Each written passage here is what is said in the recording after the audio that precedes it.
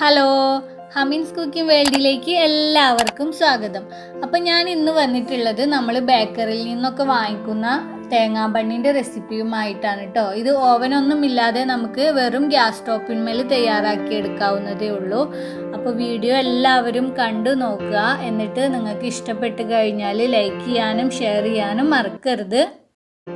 പിന്നെ നിങ്ങൾക്ക് ഈ ചാനൽ ഇഷ്ടപ്പെട്ടിട്ടുണ്ടെങ്കിൽ വീഡിയോക്ക് താഴെ കാണുന്ന റെഡ് കളറിലുള്ള സബ്സ്ക്രൈബ് എഴുതിയ ബട്ടൺ ഒന്ന് പ്രസ് ചെയ്യുക. അപ്പോൾ ദേ ഇങ്ങനെ ഒരു ബെല്ലൈക്കൺ വരും, അതും കൂടെ പ്രസ് ചെയ്യുക. അപ്പോൾ ദേ ഇങ്ങനെ കാണാം. അതിൽ മുകളിൽ കാണുന്ന ഓൾ എന്ന ഓപ്ഷനും കൂടെ ഒന്ന് പ്രസ് ചെയ്ത് വെക്കണം കേട്ടോ. എന്നാലേ ചാനലിലെ പുതിയ അപ്ഡേഷനുകളൊക്കെ നിങ്ങൾക്ക് ഉടനെ തന്നെ നോട്ടിഫിക്കേഷൻ ആയിട്ട് കിട്ടുള്ളൂ. അപ്പൊ നമുക്ക് വീഡിയോ നോക്കാം.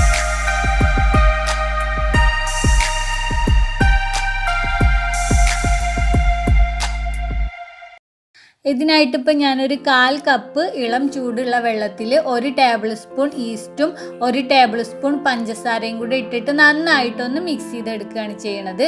എന്നിട്ട് ഇതിനൊരു 10 മിനിറ്റ് ഒന്ന് മാറ്റി വെക്കുക കേട്ടോ. ഈസ്റ്റ് ഒന്ന് ആക്റ്റീവായി വരട്ടെ. 10 മിനിറ്റ് ആകുമ്പോഴത്തേക്കിന് ഇതാക്കണ്ട ഈസ്റ്റ് നല്ലപോലെ ആക്റ്റീവായി വന്നിട്ടുണ്ട്. ഇനി നമുക്കിതിനെ മാറ്റി വെച്ചിട്ട് മാവ് കുഴച്ചെടുക്കാം.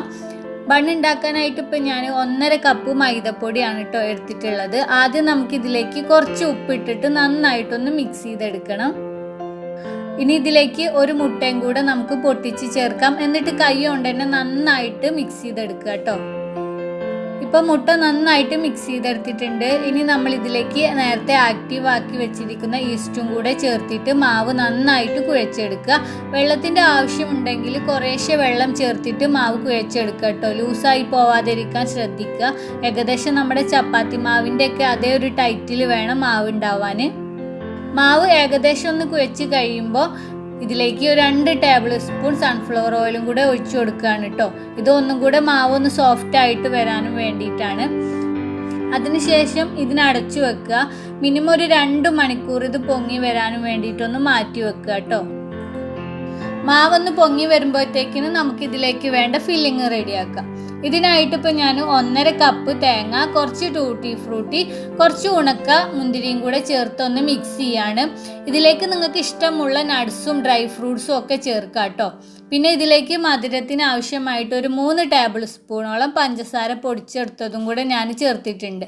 ഇനി എല്ലാം കൂടെ നന്നായിട്ട് മിക്സ് ചെയ്യുക കേട്ടോ. പിന്നെ ഈ പഞ്ചസാര പൊടിച്ചെടുക്കുന്ന സമയത്ത് നിങ്ങൾക്ക് വേണമെങ്കിൽ ഒരു ഫ്ലേവറിന് വേണ്ടിയിട്ട് 2 ഏലക്കായും കൂടെ ഇട്ട് പൊടിച്ചെടുക്കുന്നത് നന്നായിരിക്കും. ഇപ്പോൾ നമ്മുടെ തേങ്ങാ ബണ്ണിലേക്കുള്ള ഫില്ലിങ് റെഡി ആയിട്ടുണ്ട്. ഇനി ഇതിനെ നമുക്ക് മാറ്റി വെക്കാം. ഇപ്പോൾ 2 മണിക്കൂർ കഴിഞ്ഞിട്ടുണ്ട്. മാവ് നന്നായിട്ട് പൊങ്ങി ഡബിൾ സൈസ് ആയിട്ട് വന്നിട്ടുണ്ട്. ഇനി ഇതിനെ ഒന്നും കൂടെ ഒന്ന് നമുക്ക് നല്ലപോലെ കുഴച്ചെടുക്കാം.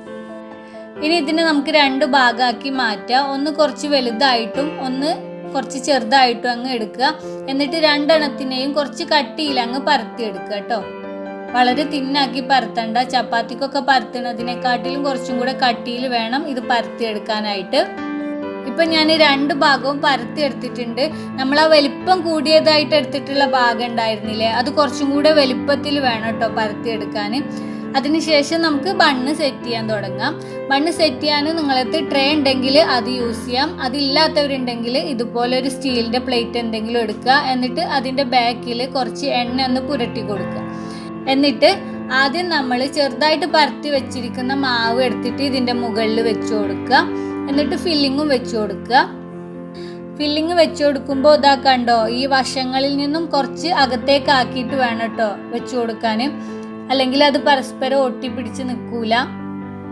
എന്നിട്ട് നമ്മൾ വലുതാക്കി പരത്തി വെച്ചിരിക്കുന്ന ആ മാവുണ്ടല്ലോ, അത് വെച്ചിട്ട് ഇതിനെ മൊത്തത്തിൽ കവർ ചെയ്ത് കൊടുക്കുക. എന്നിട്ട് ഇതിൻ്റെ വശങ്ങൾ നല്ല പോലെ ഒട്ടിച്ചു കൊടുക്കുക കേട്ടോ. ഇനി ഇതിൻ്റെ മുകളിൽ ഒരു മുട്ട എടുത്ത് നന്നായിട്ട് സ്പൂൺ എന്തെങ്കിലും വെച്ച് ബീറ്റ് ചെയ്തിട്ട് ഒന്ന് എഗ് വാഷ് ചെയ്തെടുക്കുക കേട്ടോ.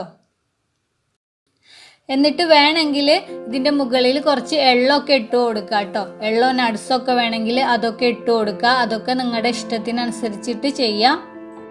ഇനിയിപ്പോൾ നമുക്കിത് ബേക്ക് ചെയ്യാം. നമ്മൾ കേക്കൊക്കെ ബേക്ക് ചെയ്യുന്ന പോലെ പാനിലോ കുക്കറിൻ്റെ അകത്തോ ഇറക്കി വെച്ച് കൊടുത്തിട്ട് ബേക്ക് ചെയ്തെടുക്കുക കേട്ടോ. തീ പറ്റ കുറച്ച് വെച്ചിട്ട് 30 മിനിറ്റ് അടച്ചു വെച്ചിട്ട് ബേക്ക് ചെയ്താൽ മതി. അപ്പോഴേക്കിന് നല്ല പോലെ നമ്മുടെ തേങ്ങാ ബണ്ണ് റെഡി ആയിട്ട് കിട്ടും. പിന്നെ ഒരു കാര്യം, ഓവനിൽ ചെയ്യുന്ന സമയത്ത് ഇതിൻ്റെ മുകൾ ഭാഗം നല്ല ബ്രൗൺ കളറായിട്ട് വരും. പക്ഷെ അത്രയ്ക്ക് ബ്രൗൺ കളർ നമ്മൾ ഗ്യാസ് സ്റ്റോപ്പിന്മേൽ വെച്ച് ചെയ്യുമ്പോൾ കിട്ടൂല കേട്ടോ. എന്നാലും നല്ല പെർഫെക്റ്റ് ആയിട്ട് തന്നെ നല്ല ടേസ്റ്റി ആയിട്ട് ഇത് ബേക്കായി വരുന്നതാണ്.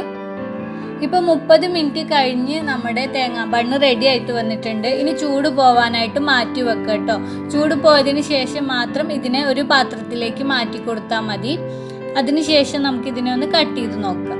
അങ്ങനെ ഇപ്പോൾ നമ്മുടെ കടയിൽ നിന്ന് വാങ്ങിക്കുന്ന അതുപോലെ തന്നെ നല്ല ടേസ്റ്റി ആയിട്ടുള്ള തേങ്ങാ ബണ്ണ് റെഡി ആയിട്ട് വന്നിട്ടുണ്ട്. കണ്ടോ, നല്ല പോലെ പെർഫെക്റ്റ് ആയിട്ട് കിട്ടിയിട്ടുണ്ട്. എല്ലാവരും ഒന്ന് ട്രൈ ചെയ്ത് നോക്കുക കേട്ടോ. അപ്പോൾ ഈ വീഡിയോ നിങ്ങൾക്ക് ഇഷ്ടപ്പെട്ടിട്ടുണ്ടെങ്കിൽ ലൈക്ക് ചെയ്യാനും ഷെയർ ചെയ്യാനും മറക്കരുത്.